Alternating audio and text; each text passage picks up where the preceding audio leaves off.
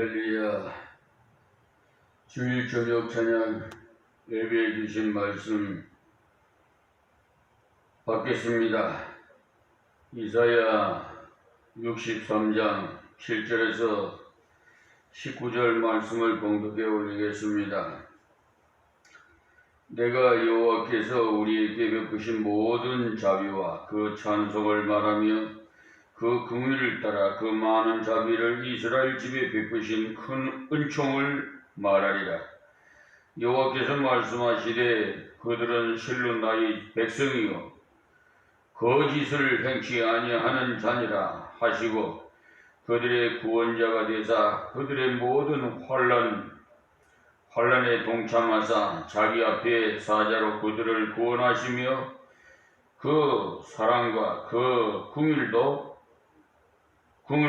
그들을 구속하시고 예적 모든 날에 그들을 드시며 안으셨으나 그들이 반역하여 주의 성신을 근심케 하였으므로 그가 돌이켜 그들의 대적이 되사 친히 그들을 치셨더니 백성이 예적 모세의 날을 추억하여 가로되 백성과 양무리의 목자를 바다에서 올라오게 하신 자가 이제 어디 계시뇨? 그들 중에 성신을 두신 자가 이제 어디 계시뇨?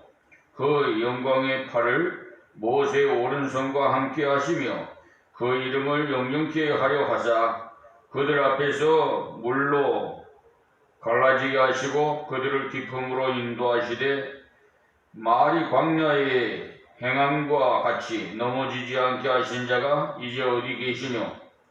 여호와이시니 그들로 골짜기를 내려가는 가축같이 편히 쉬게 하셨도다.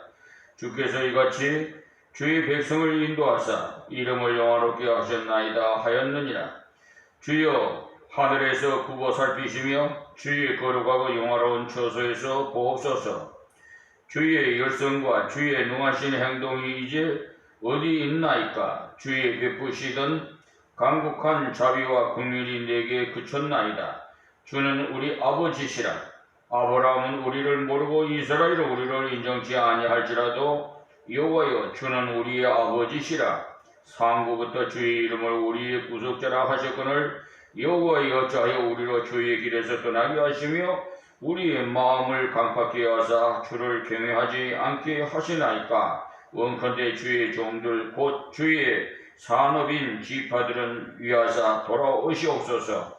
주의 거룩한 백성이 땅을 차지한지 오래지 아니하여서 우리의 대적이 주의 성소를 유린하였사오니 우리는 주의 다스림을 받지 못하는 자 같으며 주의 이름으로 칭함을 받지 못하는 자 같이 되었나이다. 아멘. 이사야 63장 7절에서 19절 말씀을 봉독해 드렸습니다. 이 하나님께서 이사야를 통해서 주신 이 계시의 말씀 중에 지난 시간에 말씀드린 62장 10절에서 12절까지는 그리스도의 구원의 놀라운 역사에 대해서 말씀하신 것이고 반대로 하나님의 놀라운 구원을 대적하는 자에게는 심판의 주로 나타나신다는 것을 63장 1절에서 6절까지를 통해서 말씀드렸습니다.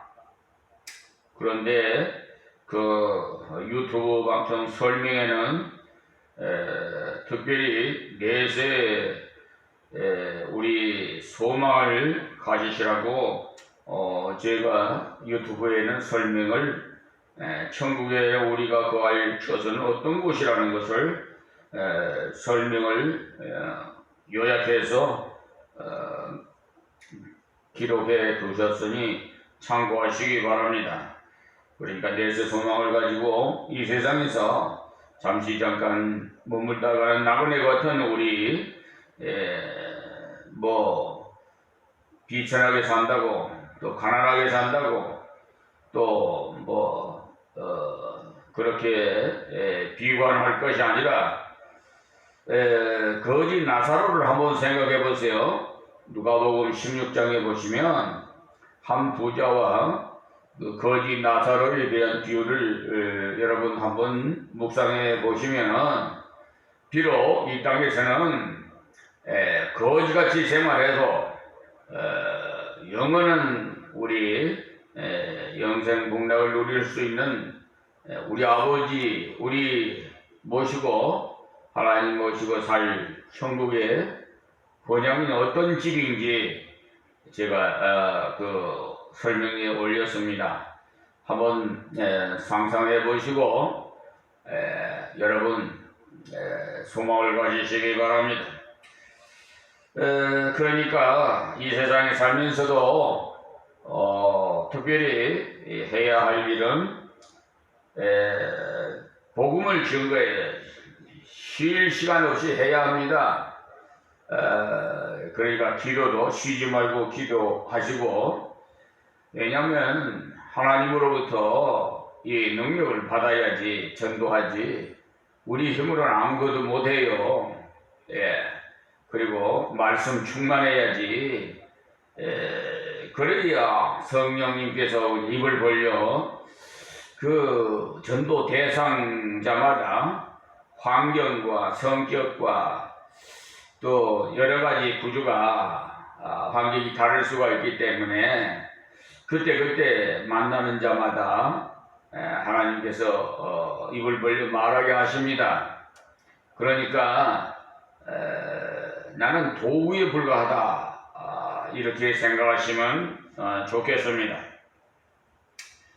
그러므로 오늘 이 주신 말씀은 우리가 특별히 우리 민족을 위해서 기도하라는 내용입니다. 그러니까 우리 민족을 그 사도 바울이 참 자기 민족을 위해서 또 기도 많이 하고 또 그 예수도 그 황후도 예수도 나라를 위해서 모르드게와 정말 유대 민족을 위해서 많이 애쓰셨죠. 그와 같이 저와 이 유튜브 방송을 시청하시는 모든 분들이 이 나라와 민족을 위해서 쉬지 말고 기도해 주시기 바랍니다. 이 사회가 갈수록 너무나 악해지고 있어요. 사악해지고 있다 이 말입니다. 기득권 세력들이 마귀 사태에 미혹당해서 그들도 예수를 믿는 자였어요. 제가 수차례 말씀드렸지만은 법무법인 유한 로고스라고 하면 로고스가 하나님 말씀이에요. 그렇기 때문에 하나님인데 이 하나님의 이름을 간판을 걸고 그 소속되어 있는 백혈기 변호사는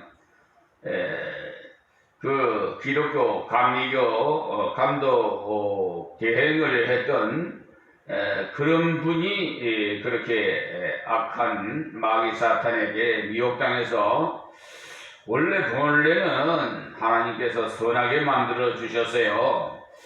근데 악한 마귀 사탄의 사악한 자들에게 미혹당하면은 그렇게 하나님을 대적하고 자기의 잘못을 몰라요. 돈에 우상이 돼가지고 돈벌이에 그러다 보니까 자기 한 일이 정당화시키고 합리화시키기 위해서 끝까지 그렇게 하는데 그것은 바람직하지 못하지요.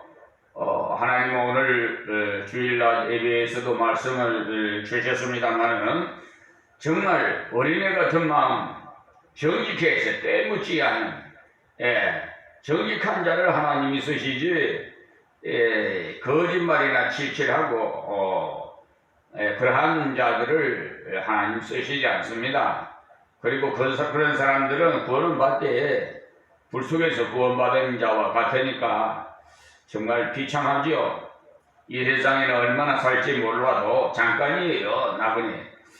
자, 그래서 오늘 주신 말씀, 이 말씀에 본문 말씀을 여러분에게 드리기 전에 이 서론을 말씀을 드립니다.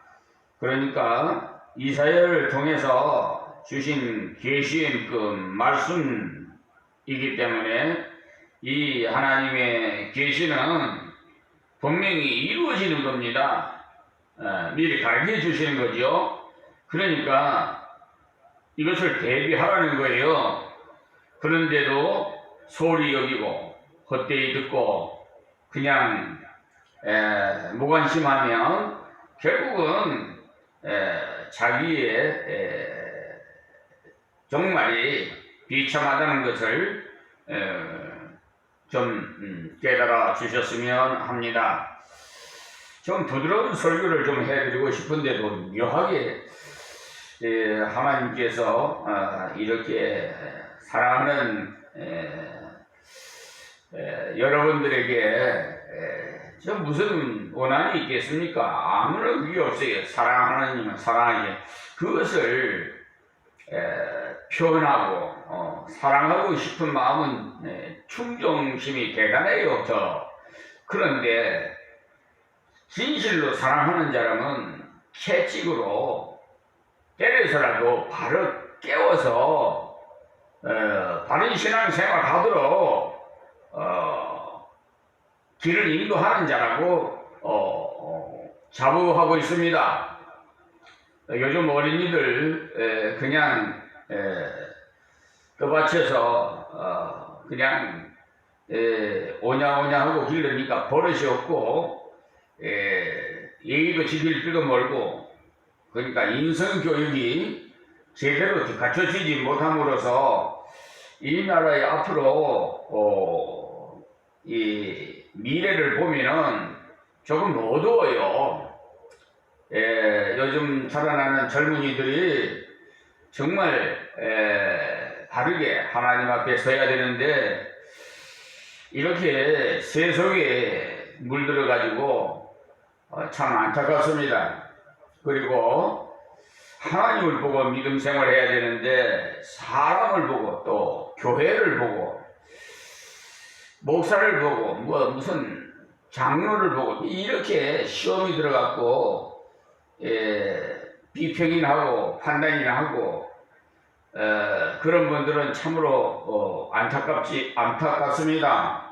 왜냐하면 믿음의 대상은 하나님이세요. 사람은 사랑의 대상이고 사람은 뭐예요? 희생이요. 잘못을 덮어주고 좀 그분을 위해서 기도해주고 그래야 되지 않겠어요? 그래서 제가 백형기 변호사의 직접 만나서 좀 변론기일에 말씀을 좀 드리려고 했는데 유감스럽게도 제발에 제가 취했듯이 모르겠습니다. 겁이 나서 그런지 뭐 때문에인지 변론기일에 나오질 않아서 말씀을 못 드렸습니다만은 다 우리는 죄인이에요. 누가 잘났고 못났고 그런 거 없습니다. 다 하나님은 사랑하셔요. 그러니까 죄인도 원수도 사랑하라고 하나님 하셨잖아요. 그런데 첫째 하나님 앞에 회개하고 둘째는 양심 선언을 해야 돼요. 셋째는 하나님께서 말씀하신 법이요. 오늘 낮에도 설교해 줬지만 사개오가 새우 직원이었었는데 남의 물질을 만약에 편취했다면 4배나 갚아준다고 그랬어요. 그냥 하나님의 법은 4배를 갚아야 돼요. 이러한 하나님의 법을 우리 믿는 자들은 지켜야 됩니다. 그냥 자기가 그냥 하나님이고 자기가 판사고 자기가 무슨 주인이고 하는 식으로 하면은 하나님께 사랑죄를 못 받습니다. 좀 안 됐습니다만은 하나님 앞에 서서는 책망만 받습니다. 이 이사야 시대 때 민족은 지금의 교회 같은 것이었었는데 구약의 이스라엘의 민족은 국가적인 교회이기 때문에 그래요. 이스라엘 백성들은 남해는 곧 할례를 받기 때문에 그 민족 전체가 교회를 상징하는 것. 여러분 한 사람 한 사람이 교회의 지체들이고 여러분이 모였을 때 그리스도의 몸인 교회입니다. 믿는 우리들은 다 성령을 받았기 때문에 우리의 몸은 성령의 전이라고 했어요. 그런 의미에서 우리 한 사람 한 사람은 이미 교회의 일원이고 지체이기 때문에 교회의 한 부분을 우리가 감당해야 됩니다. 또한 우리 모임 전체가 공동체로서의 그리스도의 몸인 교회예요. 그리고 교회는 그리스도를 드러내는 기관으로 그리스도의 몸이라고 하는 거죠. 나를 통해서 여러분을 통해 예수 그리스도가 세상 앞에 바르게 알도록 보여져야 한다는 거예요. 그렇지 못하면 교회의 삶을 올바르게 감당하지 못한 것이 됩니다. 이스라엘 민족들이 하나님 앞에 믿음으로 바르게 살지 못했으므로 하나님의 영광이 가리워졌고 자신들도 비참한 실패에 빠져서 거덕이고 있었어요. 이런 사실을 이사야는 하나님 앞에 내놓고 탄원의 기도를 드렸어요. 우리 좀 속이 답답하고 정말 억울하고 뭐 이런 일이 있으면 우리가 이 세상에도 탄원서를 올리고 그러잖아요.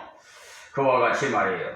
그래서 먼저 7절에서 9절까지는 과거의 은총에 대한 감사의 기도입니다. 내용이 우리로 말하자면 한국교회의 걸어온 자취를 우리 교회의 걸어온 자취를 하나님 앞에서 생각하면서 감사의 기도를 드린 것이고요.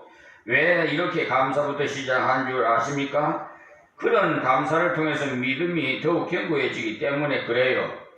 우리가 하나님 앞에 기도할 때도 먼저 하나님 앞에 찬양과 감사부터 해야 돼요. 그 다음에 회개하고 그 다음에 간구하고 그 다음에 예수의 이름으로 기도하옵나이다. 아멘.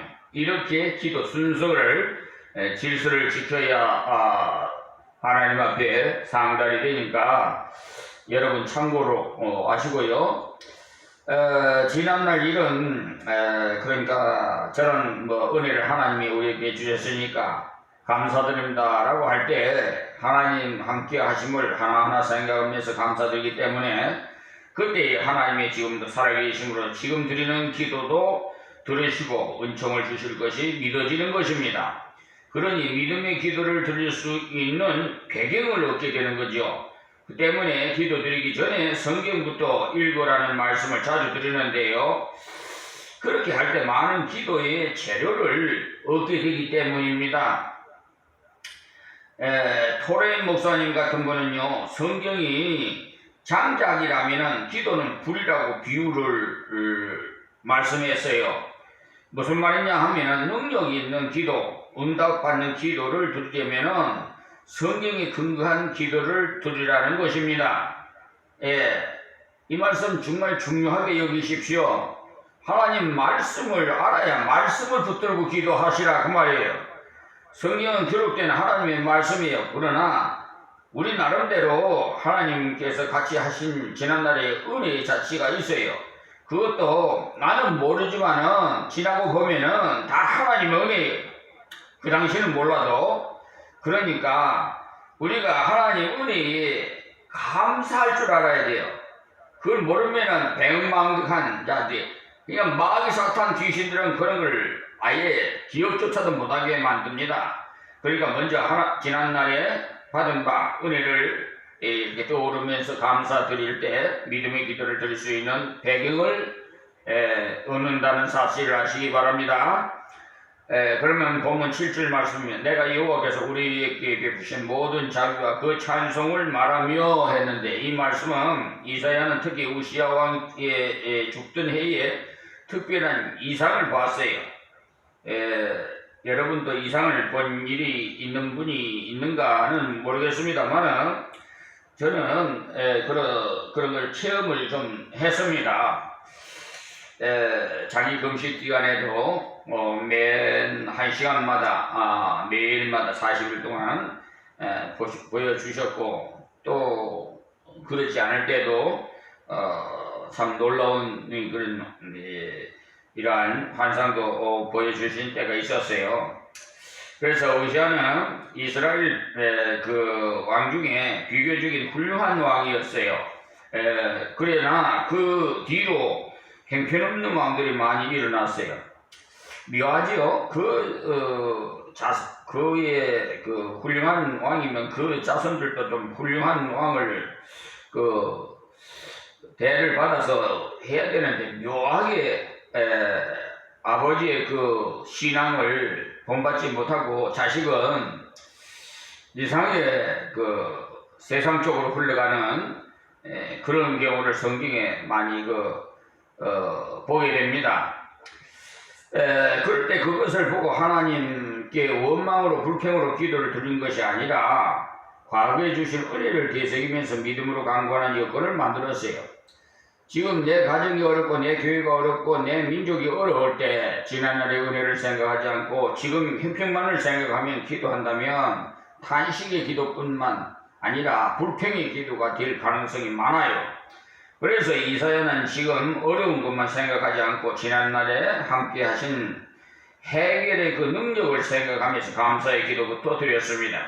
그래서 여호와께서 우리에게 베푸시니라고 말씀하셨죠. 베푸셨다는 말은 이스라엘이 잘나서 이스라엘이 기도 많이 해서 이스라엘이 훌륭해서가 아니라 하나님 쪽에서 궁리를 베푸셨다. 이 사실이 그것도 모든 자비로라고 말씀하셨거든요.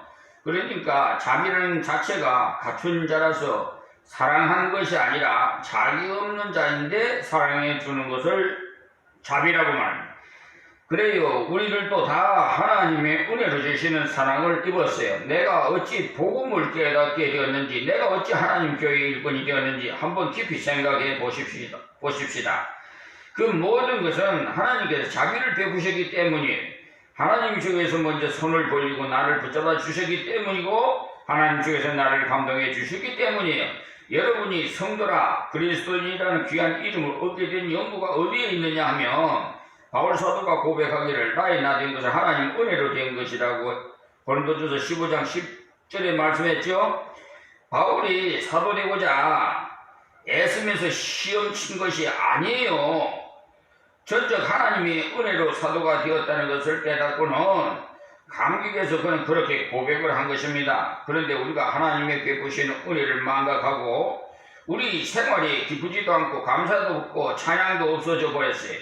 하나님께서는 지금도 자비를 베푸시지만 그 자비를 깨닫지 못하기 때문에 그 때문에 우리들은 받은 바 하나님의 자비를 자꾸 헤아려 봐야 돼요. 하루를 지나면서 헤아려 보고 한 달을 지나고서도 받은 바 하나님의 은혜를 헤아려 봐야 되고 그런데 무심히 지나가기 시작하면 하나님께서 베푸신 은혜를 잊어버려요. 부모님의 사랑도 무심히 그러니까 지나쳐버리면 잊어버립니다. 그러다가 어떤 책을 통해서 감동적인 어느 부모님의 사랑을 읽고 눈물을 흘리기도 해요. 다시 깨우쳐졌기 때문에 그래요. 모든 자비와 그 찬송을 말하며 이렇게 말씀하신 것은 지난날 받은 바 은혜를 기뻐하며 표현할 수 있도록 해주신 것을 지금 다시 찬송드리고 싶다. 이 말씀입니다. 그러니까 베푸시는 하나님의 은혜를 자각하면서 가장 달라지는 것이 그분을 향한 찬송이에요. 찬양. 또 그 공의를 따라 이스라엘 집에 베푸신 큰 은총을 말하리라. 그래서 은혜와 사랑에 대한 것을 생각만 하지 말고 말로서 한번 표현해 보면 훨씬 더 진실적인 감사가 나오게 돼요. 속으로 생각하는 것도 좋지만 표현하면 훨씬 더 감격이 커진다는 거죠. 여기에 은총이라 이렇게 우리가 말을 많이 합니다. 은총은 하나님의 은혜와 사랑을 이렇게 복합적으로 말씀드리는 것이에요. 은총이라는 것. 그래서 긍휼을 따라 자비를 따라라는 말씀은 다 같은 말로서 강조하기 위해서 달리 표현한 것뿐입니다.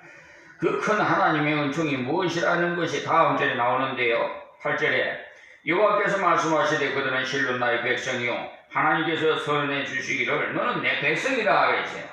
이스라엘을 지난날에 불러주셨다는 거지요. 지금도 하나님께서 우리 예수 그리스도를 믿는 우리를 향해서 너는 내 아들이라 너는 내 딸이라 너는 나의 자녀라고 불러주십니다. 근데 여러분들이 그걸 몰라요. 예, 관심이 없어요. 관심 받대요. 아무리 불러봐도 내 아들아, 내 딸아 불러봐도 무관심하면 대답 따르고 가버려요. 그렇죠?